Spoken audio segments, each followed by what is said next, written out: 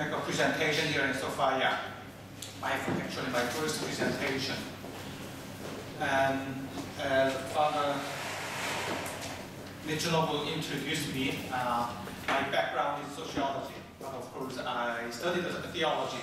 So my presentation this afternoon will be mainly the social scientific approach to look at our Jesuit University.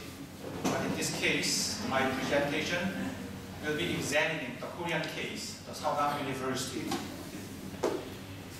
We Jesuits have a vision to educate our students with our Jesuit educational characteristics and how it has been implemented, how it started and how it has been implemented in Korea. That's what I'm going to examine. So in this presentation, I'm going to ask a question to perhaps for our the Sogang University. In our Sogang, there's a sense of nowadays a sense of crisis that is mainly based on the decline of the national ranking.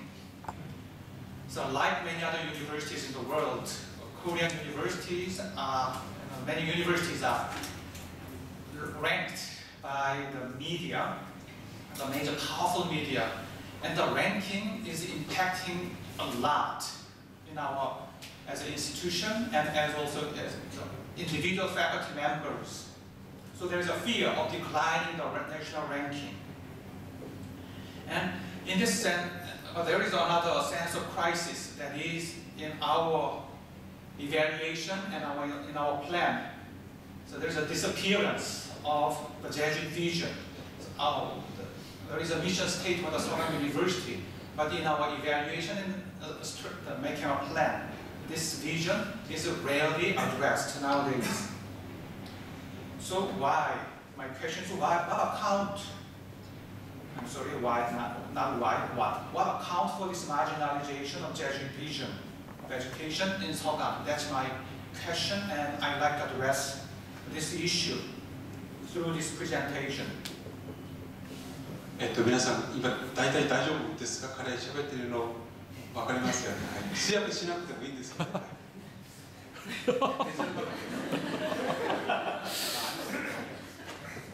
Perhaps Father Mark sort of underestimate your English comprehension. Yeah.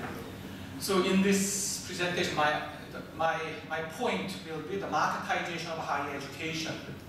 It drives the marginalization of Jesuit vision. So what does it mean? I'm going to explain further through this presentation. So this is when you leave this classroom.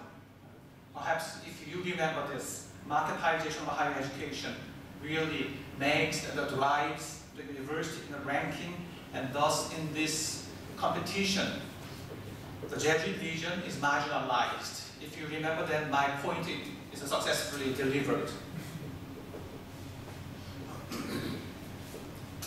Regarding this issue, actually there are several literatures already regarding the identity and the mission of the Jesuit University.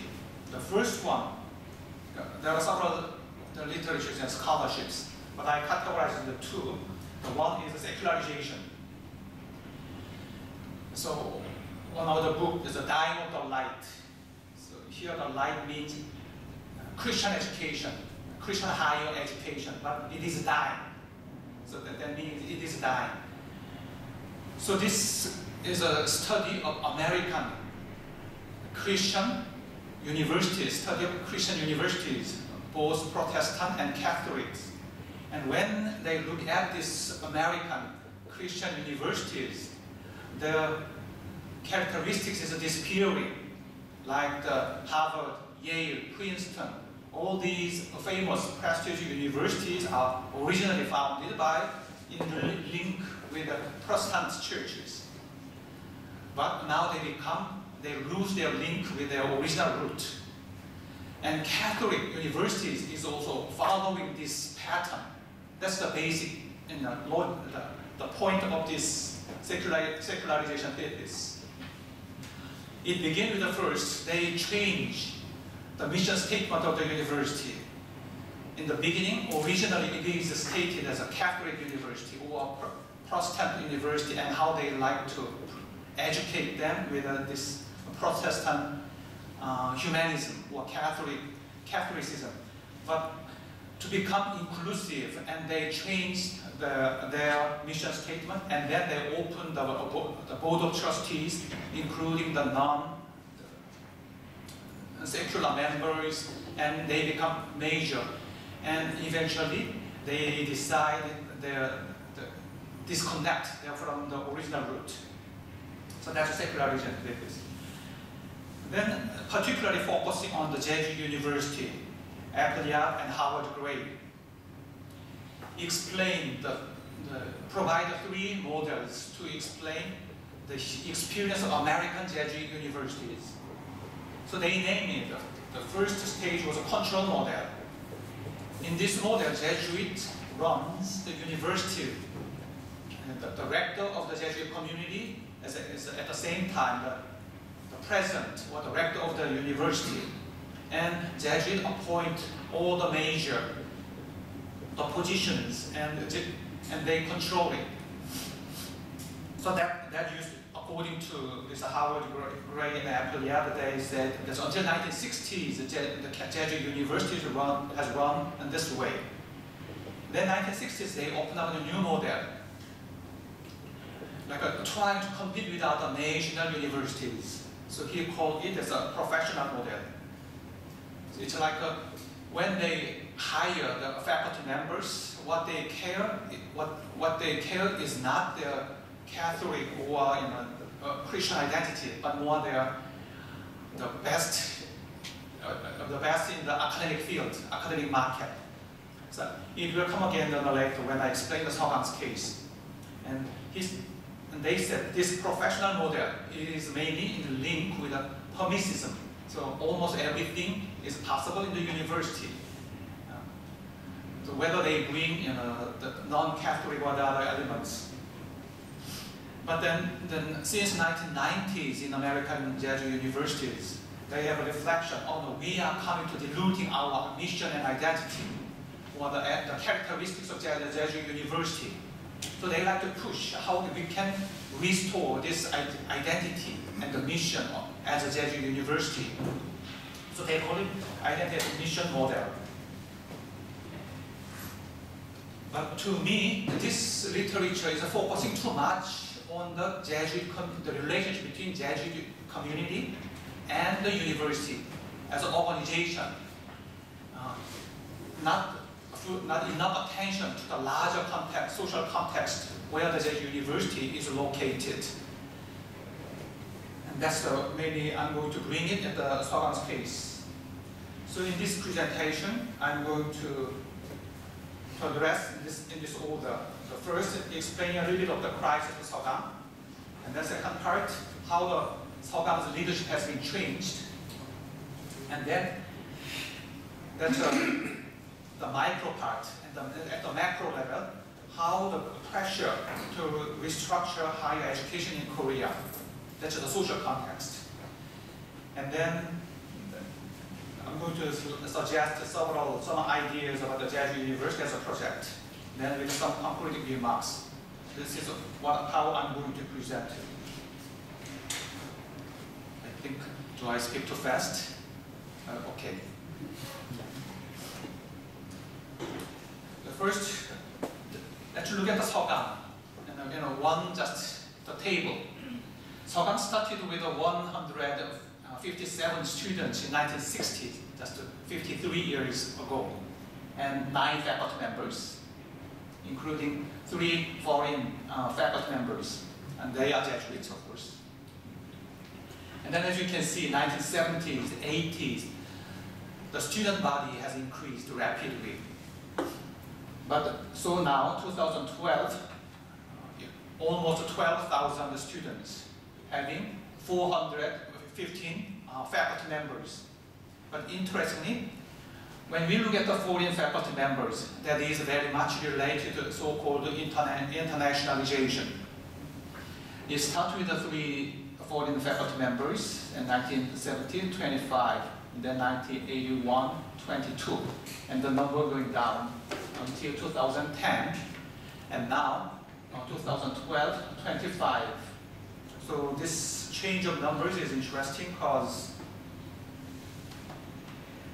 the foreign faculty members was relatively high until 1980s, early 1980s, because we had many American Jesuits as faculty members. Then the number dropped very rapidly. But recently, due to the driving for internationalization, Sogang come to have more foreign faculty members, now 25. And let's look at the Jesuit numbers of working as a full-time faculty members in Sogang. So in the beginning, 3. So here are the 3. The 24, and 1985 was 20.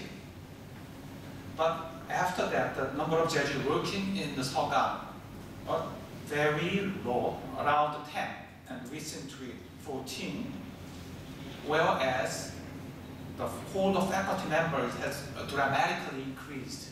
So this table shows how the Sogang become expanded at the same time, how the Jesuit presence become very weak in the campus.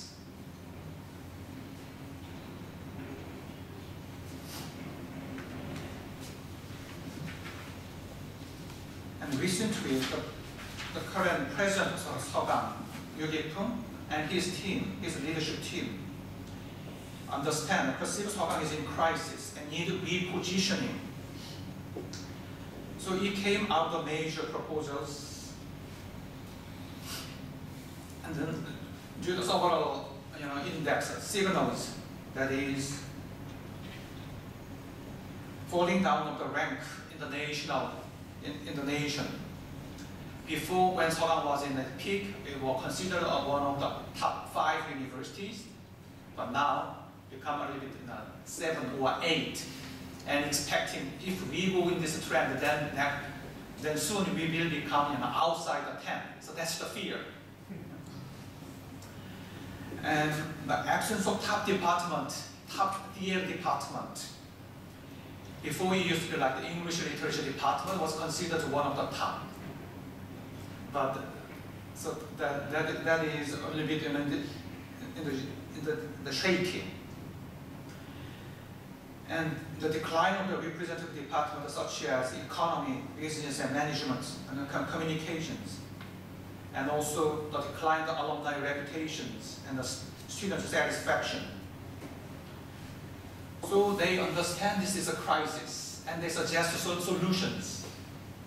That's recruiting the best professors in the market, the job market and the higher education, and so-called the carrot and stick, that is giving support to the faculty members who are more producing. Then a little bit of sanction, that is, you have to give more lectures for those who don't produce that much, the articles. So that this is a carrot and stick.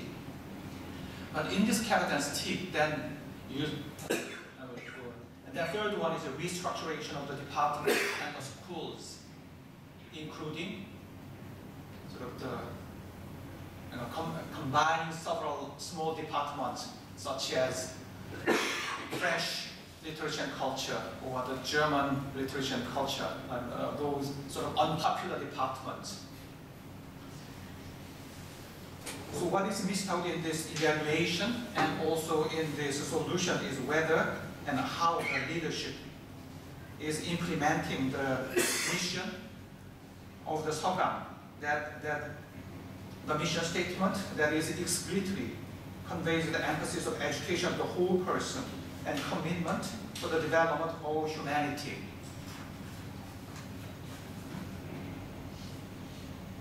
So this is exactly what the Appleyard and Harvard degree describes a professional model. So according to them, the professional model is the department to look for the best and the brightest faculty members, not their commitment to the mission of the schools as Catholic and as a Jesuit. And professors concentrated more on research and publication than on teaching and student religious or ethical formation. And universities and even the smaller colleges become professionally segmented into areas headed by vice president, academic affairs, student service, and human resource, finance, development, and so on. So what Sogang is trying to do right now is exactly feeding the professional model.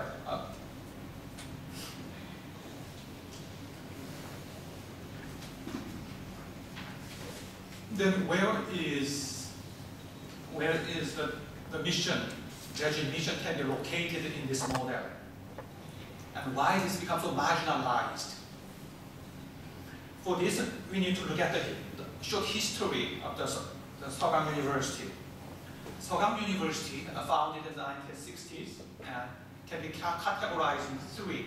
The first one as the period that American Jesuits were present. And the second period is a Korean Jesuit were present. And the third period, now, that is the lay present. So we have 4 American Jesuits as a present and 5 Korean Jesuits, and now the 3, the lay present.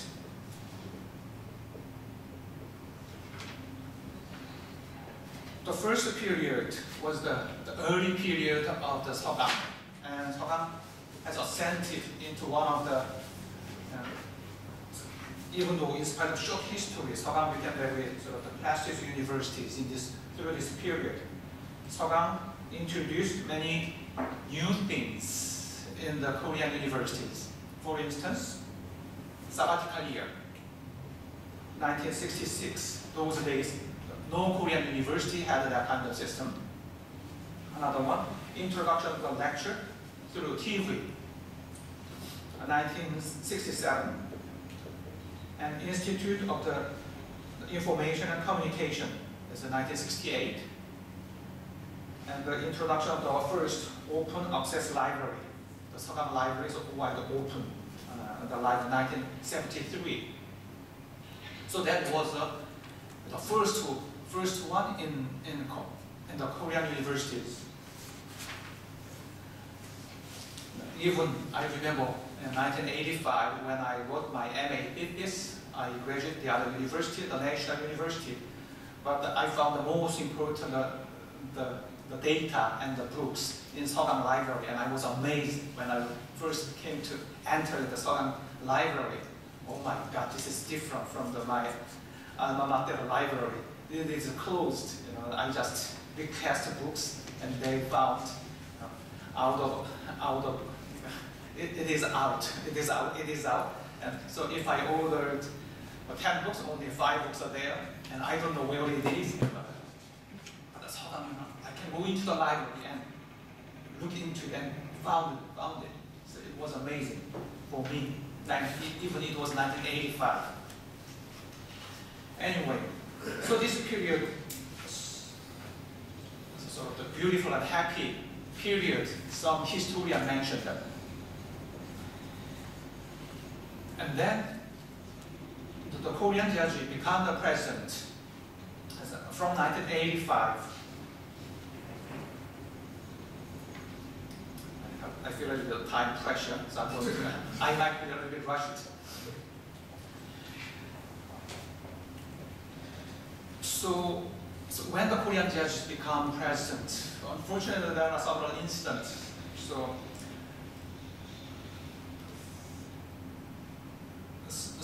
some history, the lights and shadows. The shadows include the third Korean Jesuit were fired by the Board of Trustees, and then fourth one became a president, the bishop. So he could not finish his term. And the fifth one, when he was a president, there is some scandal of the entrance exam. So although he was not involved, he had a moral responsibility, so he resigned voluntarily. So through this process, the Korean Jesuit becomes sort of lost the credibility, and there is a demand. Please open the presidency, the leadership to non-Jesuits.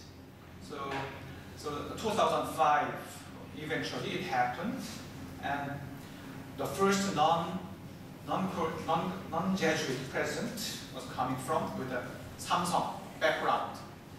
I'm sure that all of us know about the Samsung. So that was the history.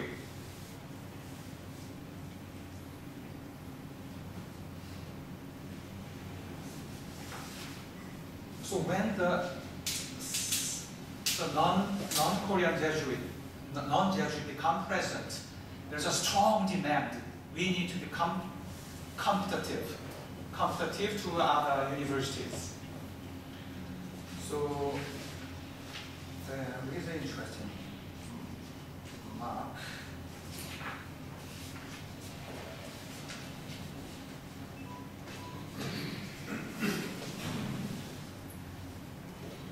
So competency, or the competitiveness was very much on the court.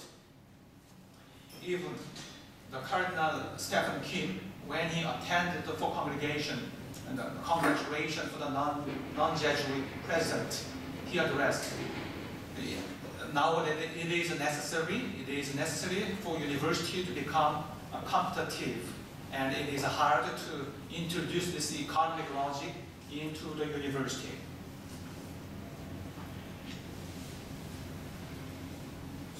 So that has been the short history of the Sogang University. Now I'm going to move toward the larger social context of the Sogang. And I put that as a marketization of higher education in Korea.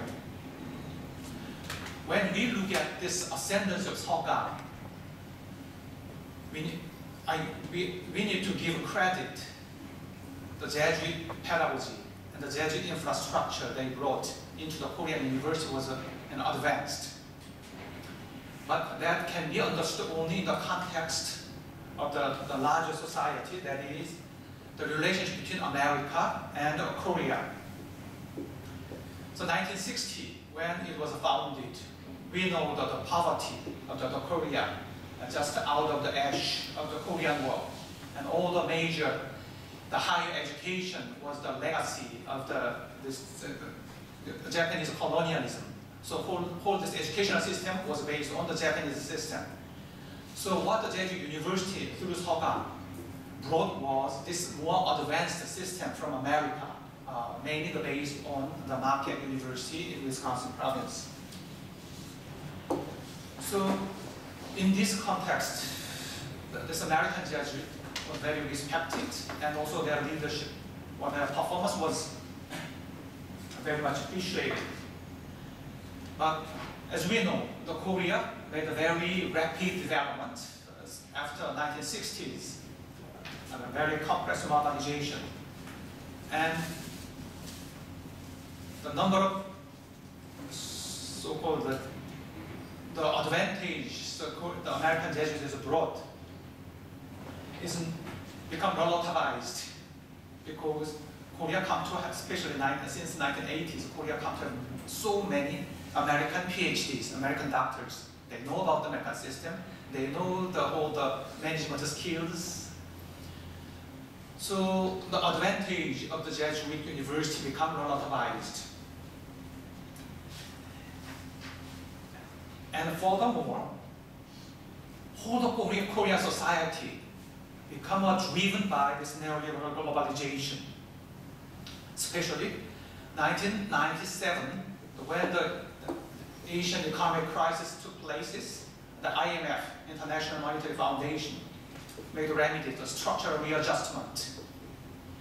So it is stated from the economic area, business sector, but actually it expanded, it penetrated all the areas of the Korean society, including the higher education. So that means marketization of higher education becomes very heavy. It was driven by the first state.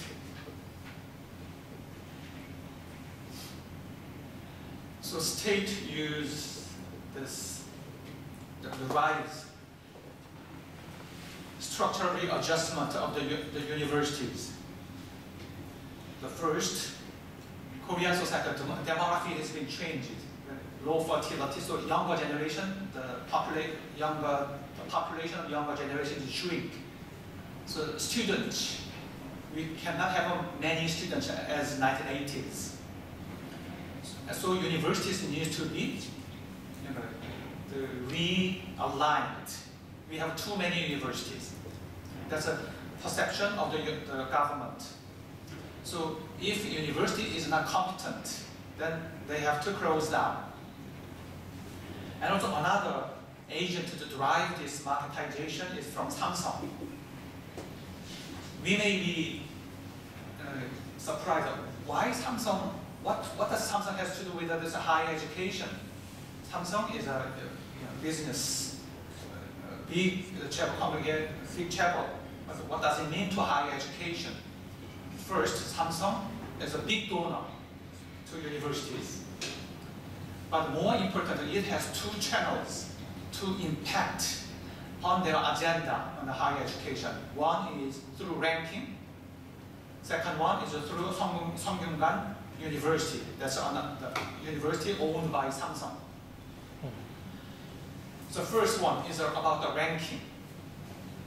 The ranking system is introduced in Korea in 1994.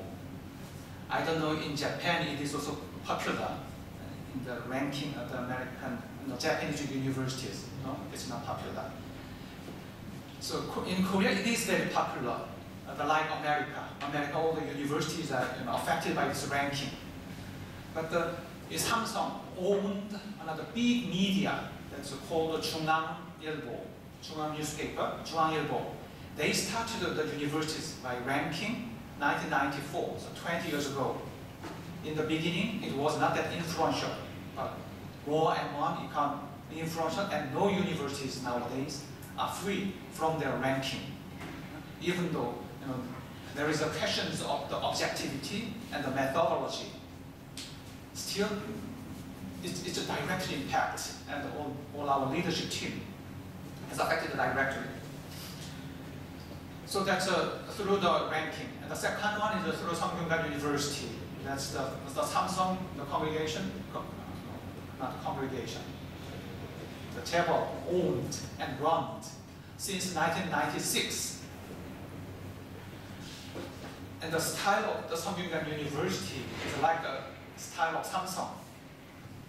So efficiency over education, I would say.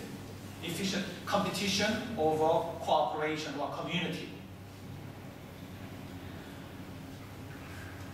So that become spread out in the whole Korean higher education. Later, 2004, starting 2009, 조선일보, another big media, start ranking the universities in Asia.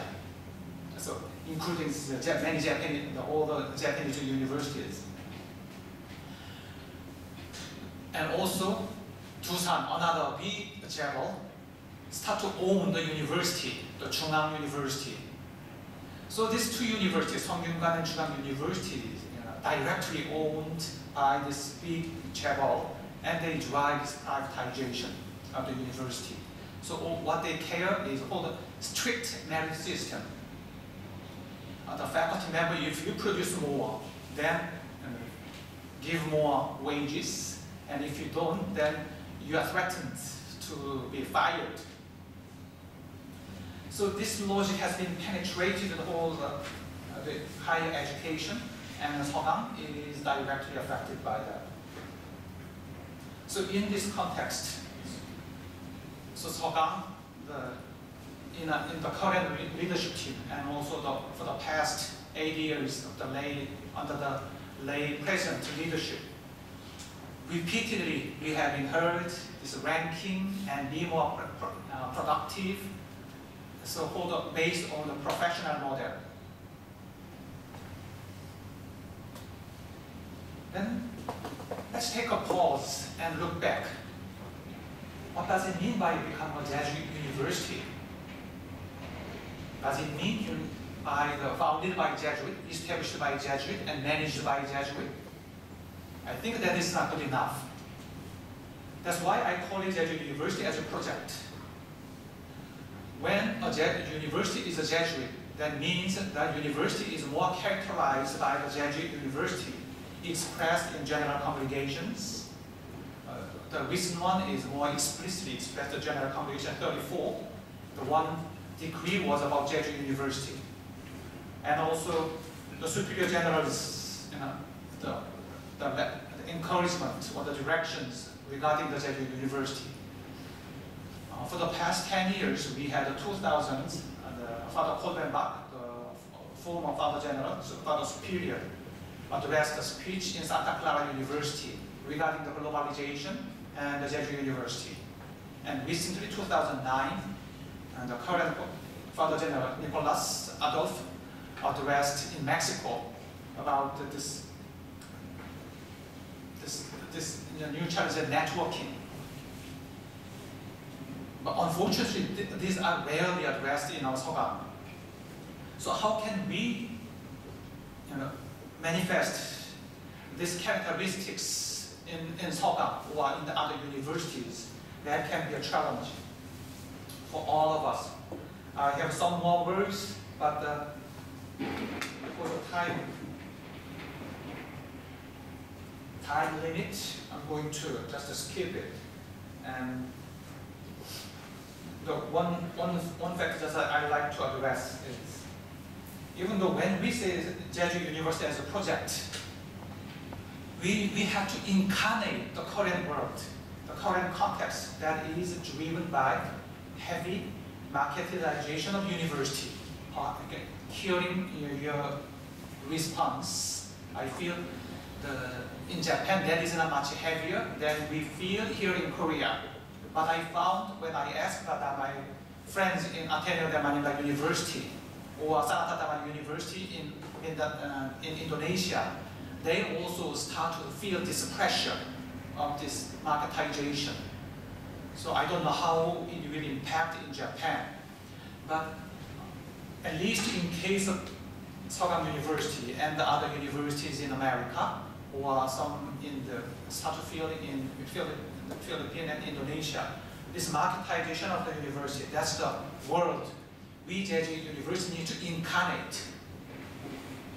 Then what can we have? What kind of vision we can have as alternative? So I like to bring in this sort of borrowing from the incarnation model, but I will just skip it. But one model borrowing from the Richard Niebuhr's model of the Christian culture. So in an analogy, I like to borrow it. So if so marketization is the culture and Jesuit vision, if it is a Christ, then marketization against marketization. So Christ against culture, and overall marketization, or in paradox, transforming marketization. So what kind of model we can think of? We need at least this serious reflection. For me, at least this is the fifth one, Jesuit University of Marketization. I think that this is not the model. Actually, this is the current leadership team is pushing. So